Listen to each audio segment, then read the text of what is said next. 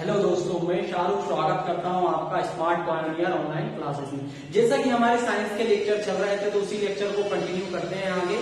तो अगर lecture start करने से पहले अगर आपने हमारे चैनल को सब्सक्राइब नहीं किया है तो कृपया सब्सक्राइब कर लीजिए और बेल आइकन को दबाना मत भूलिएगा, क्योंकि हमें नोटिफिकेशन हमेशा चाहिए रहता है। सो उसी क्लास को आगे कंटिन्यू करते हैं। जैसा जनरली हमने हीट वाला चैप्टर तक जो है वीडियो कवर कर चुके थे कि जिस किसी भी की भी पहली क्लास है वो प्रीवियस वीडियो में जाकर देख सकता है। प्लेलिस्ट में प्रॉपर तरीके से चीजें बनी हुई हैं, उसको जाके आप विजिट कर सकते हो। सो आज हम पढ़ने वाले हैं क्या, तरंगकी एवं ध्वनि। ये चैप्टर बड़ा इंपॉर्टेंट है आपको जेल प्रहरी एग्जाम के लिए। जेल प्रहरी एग्जाम के लिए आपको ये चैप्टर बड़ा ही इंपॉर्टेंट है। क्यों?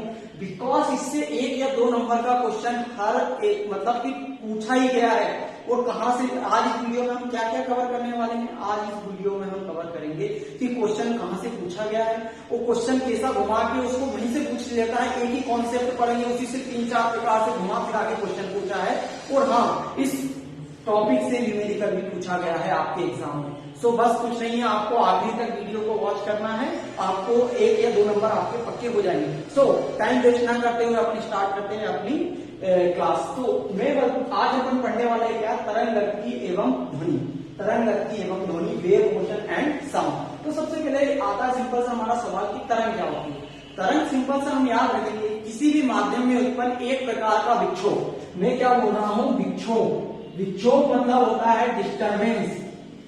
किसी भी माध्यम में उत्पन्न एक प्रकार का डिस्टरबेंस जो होता है वही क्या होता है, मेरे पास तरंग होता है। ठीक है, डेफिनेशन मैंने आपको बता दी। लेकिन हाँ, अब आता है मेरे लिए बहुत ज्यादा इंपॉर्टेंट चीज है, तरंगों के प्रकार। अब तरंग कितने प्रकार की होती है, तो तरंग मेरे हम 2 प्रकार की होती है। पहली होती है प्रत्यास्थ तरंग और दूसरी होती है अप्रत्यास्थ तरंग। प्रत्यास्थ तरंग की हम यांत्रिक तरंग बोलते हैं और अप्रत्यास्थ तरंग को हम बोलते हैं विद्युत चुंबकीय तरंग। मैं क्या बोल रहा हूं कि प्रत्यास्थ तरंग और अप्रत्यास्थ तरंग। ठीक है, इन इंग्लिश मैकेनिकल वेव और इनइलास्टिक वेव, ठीक है, और इलेक्ट्रोमैग्नेटिक वेव। अब दोनों होती क्या है, प्रत्यास्थ तरंग वह होती है जिनको संचरण के लिए किसी माध्यम की आवश्यकता होती है। मैं क्या बोल रहा हूं, जो प्रकाश तरंग होती है इनको किसी मीडियम की रिक्वायरमेंट होगी कि इनके संचरण के लिए भैया एक माध्यम चाहिए, मतलब बिना माध्यम के ये ट्रेवल नहीं कर सकती। क्या याद रखना है अपने को कि जो प्रत्यास्थ तरंग है उनको संचरण के लिए किसकी जरूरत होती है, किसी भी एक माध्यम की जरूरत होती है। सिंपल सा आपको क्वेश्चन पूछेगा कि बताइए कि वह तरंग बताइए जिनको संचरण के लिए माध्यम की आवश्यकता होती है। तो हमको क्या बताना है, उसका आर्टिकल लगाना है कि प्रत्यास्थ तरंग वह तरंग होती है जिनको संचरण के लिए माध्यम की रिक्वायरमेंट होती है। वही दूसरी आती है अप्रत्यास्थ तरंग। अप्रत्यास्थ तरंग वह तरंग होती है, ध्यान से सुनिएगा कि अप्रत्यास्थ तरंग वह तरंग होती है जिनको संचरण के लिए किसी भी मीडियम मतलब किसी भी माध्यम की रिक्वायरमेंट जो है नहीं होगी। मतलब वो बिना मीडियम के ट्रेवल करेगी। जैसे अपनी प्रकाश हुआ, उसके बाद में alpha, beta, gamma rays, X rays, जो जितने भी प्रकार से अपन की तरंगें होती है, जो एग्जांपल मैंने बताया सब किसमें आती है, अप्रत्यास्थ तरंग में जनरली हम कंसीडर करते हैं। अब उसके बाद में प्रत्यास्थ तरंग का सबसे प्रत्यास्थ तरंग में भी मेनली 2 प्रकार से प्रत्यास्थ तरंग को डिवाइड किया गया है। पहला होता है अनुदैर्ध्य तरंग, इसको बोलते हैं लॉन्गिट्यूडिनल वेव, और दूसरा होता है अनुप्रस्थ तरंग। मैं क्या बोल रहा हूं, प्रत्यास्थ तरंग की 2 प्रकार की होती है। एक होता है अनुदैर्ध्य तरंग, दूसरा क्या होता है, अनुप्रस्थ तरंग। सिंपल सा इससे क्वेश्चन पूछ लेता है कि बताइए अनुदैर्ध्य तरंग क्या होगी। तो अनुदैर्ध्य तरंग क्या होगी कि वह तरंग, ध्यान से सुनिएगा, कि वह तरंग जिसमें किसी तरंग में, ध्यान से सुनिएगा, किसी तरंग में माध्यम के कण तथा तरंग संचरण की दिशा। मैं क्या बोल रहा हूं, सबको स्लाइड दे, ये मेरी क्या है, माध्यम के कण की दिशा, माध्यम के कण के कंपन की दिशा, और इसी डायरेक्शन में मेरी क्या है, तरंग संचरण की दिशा।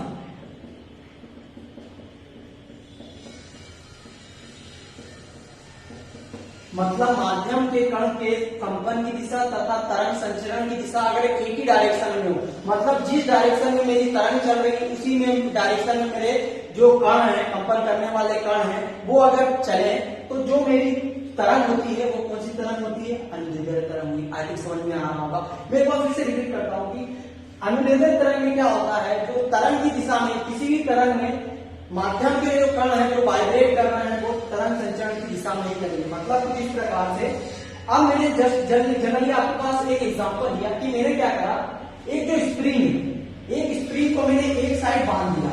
मैंने क्या करा, एक स्प्रिंग को जनरली एक साइड बांध दिया हूं, एक स्प्रिंग को जनरली एक साइड बांध दिया हूं, देखेंगे। और उसके बाद मैं क्या कर रहा हूं, ये स्प्रिंग है मेरी, और इसको मैं जनरली मेरे हैंड से यहां से इसको इधर उधर कर रहा हूं, मतलब इधर कर रहा हूं, इधर कर रहा हूं। तो जो इसके लपेटन है, जो इसके लपेटन ये देख रहा हूं आप, कहीं कहीं पास में हो जाते हैं, कहीं कहीं क्या हो जाते हैं, दूर हो जाते हैं। मैं क्या कह रहा हूं, जो उनके लपेटन है, जो लपेटन है वो क्या हो रहा है, कहीं कहीं क्या हो रहा है, पास में हो रहा है, कहीं कहीं क्या हो रहा है, दूर। तो मैं सिंपल सा बोलूंगा, जहां भी मेरे लपेटन पास में है उसे मैं बोलूंगा संपीड़न होता है वो, और जहां पर भी जो भी लपेटन दूर यहाँ देख रहा हूं मैं आप, ये दूर है, तो उसको उस माध्यम में क्या बोलता हूँ, विरलन बोलता हूँ। उससे उस चीज को, उस जगह को क्या बोलूंगा मैं, विरलन। तो संपीड़न मतलब कंप्रेशन और विरलन मतलब रेयर फ्रैक्शन। आई थिंक समझ में आ रहा होगा। और जो वायु में ध्वनि ट्रेवल करती है, हम देखते हैं वायु में जो अपनी ध्वनि ट्रेवल करती है वो किस तरंग का एग्जाम्पल है, वो अनुदैर्ध्य तरंग का एग्जाम्पल है, वो लॉन्गिट्यूडिनल वेव का एग्जाम्पल है। इंपॉर्टेंट क्वेश्चन है, सिंपल सा आपसे ये पूछेगा कि बताओ वायु में ध्वनि जो है वो किसका एग्जाम्पल है, तो वायु में ध्वनि जो है वो अनुदैर्ध्य तरंग का एग्जाम्पल है। आई थिंक समझ में आ गया होगा। अब वही देखते हैं सेकेंड हमारी मैकेनिक प्रत्यास्थ तरंग में अगला प्रकार है वो है अनुप्रस्थ तरंग। अनुप्रस्थ तरंग मतलब ट्रांसवर्स वेव। ट्रांसवर्स वेव में जो है तरंग की दिशा, किसी तरंग में माध्यम के कण जो वाइब्रेट कर रहा है वो तरंग की दिशा के लंबवत कंपन करे। मतलब जो कंपन करने वाले कण की दिशा है वो तरंग की दिशा के लंबवत होगी, तो जो हमारी तरंग आएगी वो कौन सी तरंग होगी, अनुप्रस्थ तरंग होगी। चलो एक बार फिर से बताता हूं कि कंपन करने वाले कण की दिशा तथा तरंग की दिशा, इन दोनों, ये दोनों परपेंडिकुलर होंगे, मतलब लंबवत होंगे, तो कौन सी तरंग आने वाली है, अनुप्रस्थ तरंग आने वाली है। जनरली एग्जांपल इसका हम देखते हैं, जब हम जो भी शांत तालाब शांत जल होता है, मतलब फ्लो नहीं करता, उसमें जब हम पत्थर फेंकते हैं तो क्या होता है कि वो पत्थर जो है, वो पत्थर से क्या होता है, ये तरंग उत्पन्न होती है। मतलब इसमें जो तालाब में हम पत्थर फेंकते हैं ना, या तालाब या फिर शांत जल में, शांत जल में जो पत्थर हम फेंकते हैं तो उससे जो तरंग उत्पन्न होगी वो कौन सी तरंग उत्पन्न होगी, अनुप्रस्थ तरंग उत्पन्न होगी। एक नंबर पक जाएगा आपका। सिर्फ आपको इतना याद रखना है कि अनुप्रस्थ तरंग का एग्जांपल क्या है, शांत जल में जो पत्थर फेंकूंगा। अब जब कोई पत्थर फेंकता हूं तो क्या होता है, जैसे मैंने मान लो कि तालाब है, जैसे मैंने इसमें पत्थर फेंका तो मेरी क्या होगा कि कुछ इस फॉर्म में मेरी जो बेस है इस फॉर्म में उसकी सरफेस हो जाएगी। तो मैं क्या करता हूं, इस फॉर्म में मेरी सरफेस हो गई, ठीक है। तो ये ऊपर वाला भाग है, ये ऊपर वाला भाग है, इसे बोलता हूं पृष्ठ, मतलब होता है श्रृंग। और जो नीचे वाला भाग होता है उसे बोलता हूं कर्ण, और उसे क्या बोलता हूं कर्ण। तो मैंने आपको एग्जांपल बताया कि इसका एग्जांपल क्या है, ठीक है, कि अनुप्रस्थ तरंग के एग्जांपल क्या है। एग्जांपल हमको सिंपल सा इतना याद रखना है कि जो शांत जल में पत्थर फेंकूंगा तो किसका एग्जांपल है, अनुप्रस्थ तरंग का एग्जांपल है, ठीक है। अब इसको बड़े ध्यान से अपन इसको एक विस्थापन ग्राफ से इसको पूरा समझेंगे, और कहां से क्वेश्चन आया है मैं बताऊंगा अभी, ठीक है। तो आप बने रहिए, ठीक है। तो आगे हम देखते हैं, जनरली मैंने अनुप्रस्थ तरंग का देखो, अनुप्रस्थ तरंग का विस्थापन दूरी ग्राफ, ये अब जनरली मैंने यहाँ पर ड्रॉ किया है। इससे सीधा सीधा आपके एग्जाम में क्वेश्चन पूछा जाए। उससे पहले लास्ट वीडियो में जनरली एक करेक्शन करना था। क्या करेक्शन था कि मैंने जब आपको हीट वाला चैप्टर पढ़ाया था, जब मैंने आपको हीट वाला चैप्टर पढ़ाया था तो वहां पे मैंने आपको बताया था कि निम्नतम संभवता, मतलब मैंने आपको बताया था कि मिनिमम जो टेम्परेचर है वो कितना जा सकता है, मिनिमम टेम्परेचर कितना जा सकता है। तो मैंने आपको लिखवाया था 273 केल्विन, लेकिन वहां केल्विन नहीं आएगा। जो न्यूनतम संभव ताप है वो कितना होता है, वो होता है डिग्री सेल्सियस। बस इतना सा आप लास्ट वीडियो में कनेक्शन करना था कि जो न्यूनतम संभव ताप होता है किसी भी उसका, वो कितना होता है, मतलब इतना न्यूनतम टेम्परेचर होगा, माना 273 डिग्री सेल्सियस, ठीक है। तो अब हम अपने इस टॉपिक पे चलते हैं, ठीक है। तो आप करेक्शन कर लीजिएगा। तो अब मैंने नॉर्मली अनुप्रस्थ तरंग का विस्थापन दूरी ग्राफ ड्रॉ किया। इस ग्राफ को ड्रॉ करने में क्या फायदा है, इससे हम समझेंगे और सीधे सीधे इससे एक क्वेश्चन आया हुआ है। एक या दो या तीन क्वेश्चन आपके एग्जाम में आए हुए हैं सीधे सीधे इसी चीज से, तो इसी चीज को हम समझने वाले हैं। तो मेरे जनरली शून्य मतलब जीरो रेखा ये हो गई, ऊपर धनात्मक विस्थापन, नीचे क्या हो गया, ऋणात्मक विस्थापन, ठीक है। तो अब मैं जनरली इसी चीज को लेके जो अनुप्रस्थ तरंग का विस्थापन दूरी ग्राफ है, इसी को लेके मैंने क्या है कुछ डेफिनेशन लिखी है। इन डेफिनेशन को पता होना हमें अति आवश्यक है। जैसे कि आता है तरंग दैर्ध्य, तो तरंग दैर्ध्य मतलब लैम्डा मतलब क्या, वेवलेंथ। वेवलेंथ क्या होगी, वेवलेंथ क्या होगी, सिंपल सा हमको यहाँ पर समझने वाली बात है। किसी भी क्रमागत दो संघों या मैं क्या बोल रहा हूं, दो क्रमागत श्रृंगों या दो क्रमागत घटकों, मैं क्या बोल रहा हूं, दो क्रमागत श्रृंगों तथा दो क्रमागत या किन्हीं भी दो क्रमागत श्रृंगों के बीच की दूरी को क्या बोलता हूं, तरंग दैर्ध्य बोलता हूं। या फिर बोल सकता हूं किन्हीं भी दो क्रमागत घटकों के बीच की दूरी क्या होगी, ये भी मेरे पास क्या हो जाएगी, तरंग दैर्ध्य लैम्डा। ठीक है, आइए सिंपल सा बोलेगा कि बताइए कि किन्हीं भी दो क्रमागत घटकों के बीच की दूरी को क्या कहते हैं, तो अपन को पता होना चाहिए उसे क्या कहते हैं, तरंग दैर्ध्य कहते हैं। इसको किससे डिनोट करते हैं, लैम्डा से डिनोट करते हैं। अब मैं इसका क्वेश्चन सीधा सा आता है, इसका एसआई मात्रक क्या होता है, इसका जो है एसआई मात्रक क्या होता है, तो हमको याद रखना है। क्या मैं बोल रहा हूं, किन्हीं भी दो क्रमागत श्रृंगों के बीच की दूरी, अब दूरी आई, दूरी का क्या मात्रक होता है, मीटर, इसलिए तरंग दैर्ध्य क्या हो जाएगा, मात्रक मीटर। आई थिंक समझ में आ रहा होगा कि तरंग दैर्ध्य का मात्रक क्या होता है, एसआई मात्रक मीटर। अब उसके बाद में आता है नेक्स्ट आता है आवृत्ति। आवृत्ति मतलब फ्रीक्वेंसी। अब फ्रीक्वेंसी क्या होता है, फ्रीक्वेंसी क्या होता है, फ्रीक्वेंसी समझने के लिए सिंपल सा हमें याद रखना कि ये दिए गए इसमें कंपन कण है जो कि कंपन कर रहे हैं, तो कंपन करने वाले कण सिंपल सा क्या है, क्या ध्यान देंगे कि कंपन करने वाले कण एक सेकेंड में जितने कंपन करेंगे, मतलब जो कंपन करने वाले कण है किसी भी तरंग में कंपन करने वाले कण एक सेकेंड में जितने कंपन करेंगे, मतलब number of vibration in 1 second is called क्या, उसकी क्या हो जाएगी, फ्रीक्वेंसी, आवृत्ति। मतलब कंपन करने वाले कण एक सेकेंड में जितना कंपन करेंगे, मतलब वही मेरी क्या होगी, आवृत्ति हो जाएगी उस तरंग की। सिंपल सा मैंने बता दिया कि number of vibration in 1 second is called frequency, मतलब कंपन करने वाले कण द्वारा एक सेकंड में लगाए गए कंपनों की संख्या, ठीक है, वो क्या हो जाएगी, मेरी आवृत्ति हो जाएगी। ठीक है, और हाँ, इसको जो डिनोट करता हुआ एन से, एफ से या न्यू, इसको क्या बोलते हैं, न्यू, इसको बोला जाता है क्या, न्यू, इसको बोला जाता है न्यू। अब आई थिंक समझ में आ गया होगा, आवृत्ति, आवृत्ति मतलब कंपन करने वाले कण एक सेकेंड में जितने कंपन करेंगे वही उसकी क्या हो जाएगी, आवृत्ति हो जाएगी। अब सेकेंड वन, क्योंकि आपके एग्जाम में पूछा गया है सीधे से क्वेश्चन, आपके एग्जाम में क्या क्वेश्चन पूछा गया उसमें बताइए कि आपको वहां दिया था कि आयाम क्या होता है, आयाम क्या होता है, तो किसी भी तरंग द्वारा आयाम क्या होता है, ये क्वेश्चन आपको पूछा गया 2018 में जेल प्रहरी में एग्जाम के लिए ये क्वेश्चन है।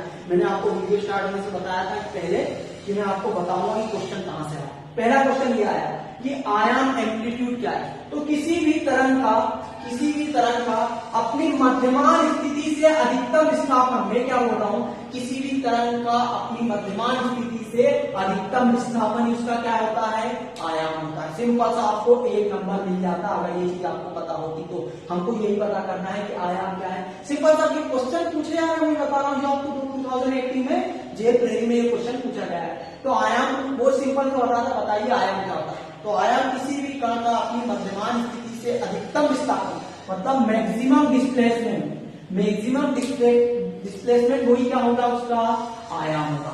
ठीक है, अब आता है आवर्तकाल। आई थिंक आयाम समझ में आ गया होगा। अब आते हैं आवर्तकाल।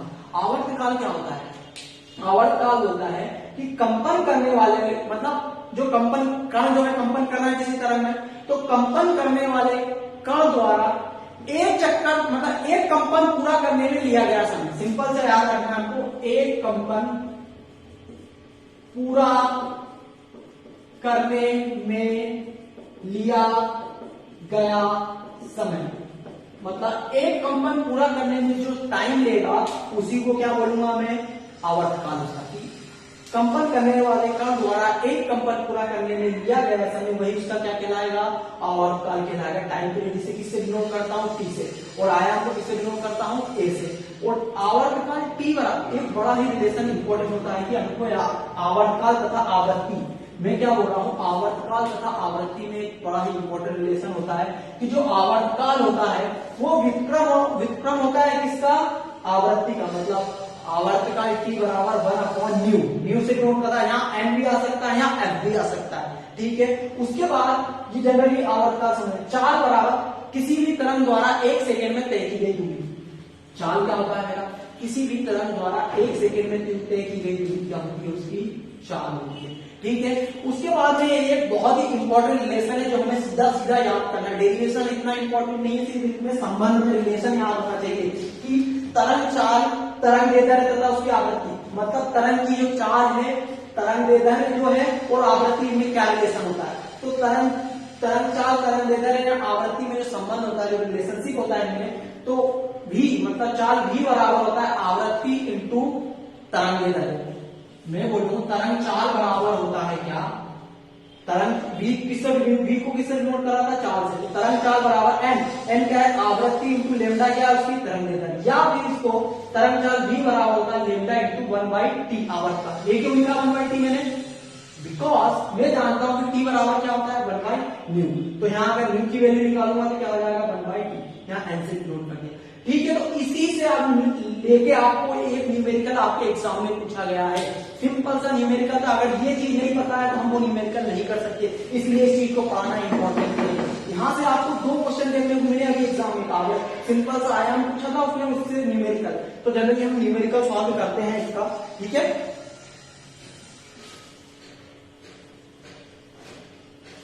न्यूमेरिकल सॉल्व करते हैं, ठीक है। तो जैसे कि मैंने बताया था आपको ये न्यूमेरिकल सीधा सीधा आपको ये न्यूमेरिकल 2018 जेल क्वेरी एग्जाम में पूछा गया है। कुछ भी नहीं था, सिर्फ आपको एक रिलेशन जो मैंने अभी जस्ट बताया हूं वही याद होगा आपको, तो सिंपल सा आप ये क्वेश्चन कर लोगे और 1 नंबर पा जाओगे।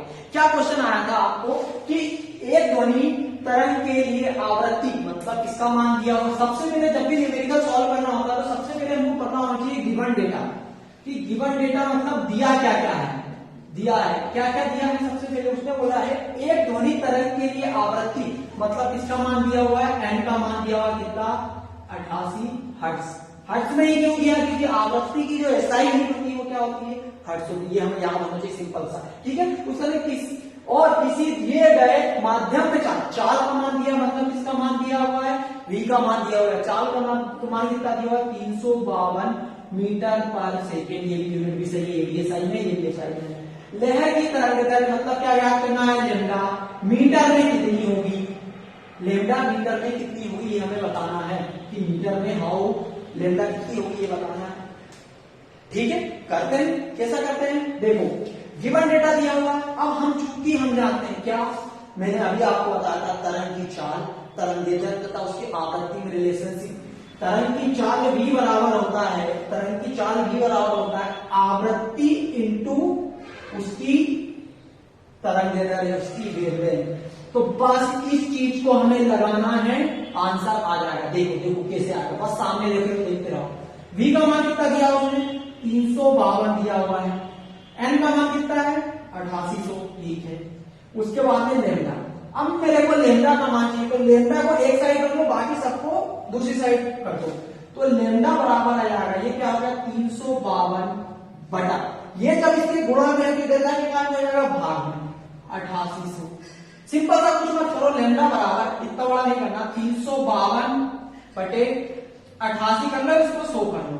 अब ये कट रहा है नॉर्मली, मैं ये सब बोल रहा हूं, मैंने आपको कैसे कट रहा है, ये 11 से कट रहा है, 11 8 88, 11 8 88। अब देखो 11 33 बचा कितना 2, 11 दूनी 22, 11 से कट गया। उसके बाद में 8 एकम 8, 8 चुके 32, मतलब लेमडा का मान मेरे पास यहां से क्या आ गया 4/7।